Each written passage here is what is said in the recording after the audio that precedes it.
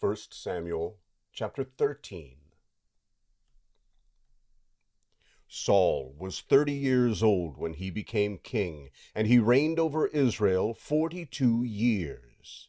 Saul chose for himself 3,000 men of Israel, of which 2,000 were with Saul in Michmash and in the mount of Bethel, and 1,000 were with Jonathan in Gibeah of Benjamin. He sent the rest of the people to their own tents. Jonathan struck the garrison of the Philistines that was in Geba, and the Philistines heard of it. Saul blew the trumpet throughout all the land, saying, "Let the Hebrews hear." All Israel heard that Saul had struck the garrison of the Philistines, and also that Israel was considered an abomination to the Philistines. The people were gathered together after Saul to Gilgal. The Philistines assembled themselves together to fight with Israel. 30,000 chariots, 6,000 horsemen, and people as the sand which is on the seashore in multitude. They came up and encamped in Michmash, eastward of Bethel.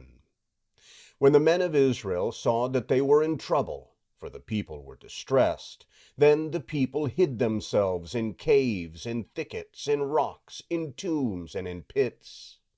Now some of the Hebrews had gone over the Jordan to the land of Gad and Gilead. But as for Saul, he was yet in Gilgal, and all the people followed him trembling. He stayed 7 days, according to the time set by Samuel. But Samuel didn't come to Gilgal, and the people were scattering from him. Saul said, "Bring the burnt offering to me here, and the peace offerings." He offered the burnt offering. It came to pass that as soon as he had finished offering the burnt offering, behold, Samuel came. And Saul went out to meet him, that he might greet him. Samuel said, "What have you done?" Saul said, "Because I saw that the people were scattered from me, and that you didn't come within the days appointed, and that the Philistines assembled themselves together at Michmash. Therefore I said, now the Philistines will come down on me to Gilgal, and I haven't entreated the favor of the Lord. I forced myself, therefore, and offered the burnt offering."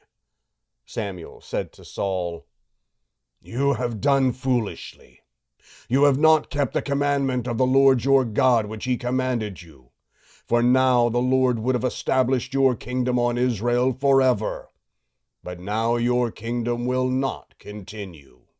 The Lord has sought for himself a man after his own heart, and the Lord has appointed him to be prince over his people, because you have not kept that which the Lord commanded you."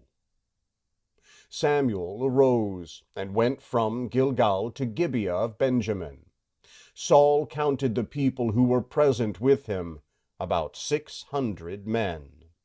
Saul and Jonathan his son, and the people who were present with them, stayed in Gibeah of Benjamin, but the Philistines encamped in Michmash. The raiders came out of the camp of the Philistines in 3 companies. One company turned to the way that leads to Ophrah, to the land of Shual.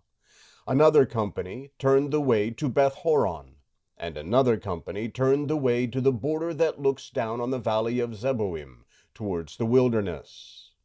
Now there was no blacksmith found throughout all the land of Israel, for the Philistines said, "Lest the Hebrews make themselves swords or spears." But all the Israelites went down to the Philistines, each man to sharpen his own plowshare, mattock, axe, and sickle. The price was 1 paim each to sharpen mattocks, plowshares, pitchforks, axes, and goads. So it came to pass in the day of battle that neither sword nor spear was found in the hand of any of the people who were with Saul and Jonathan. But Saul and Jonathan his son had them. The garrison of the Philistines went out to the pass of Michmash.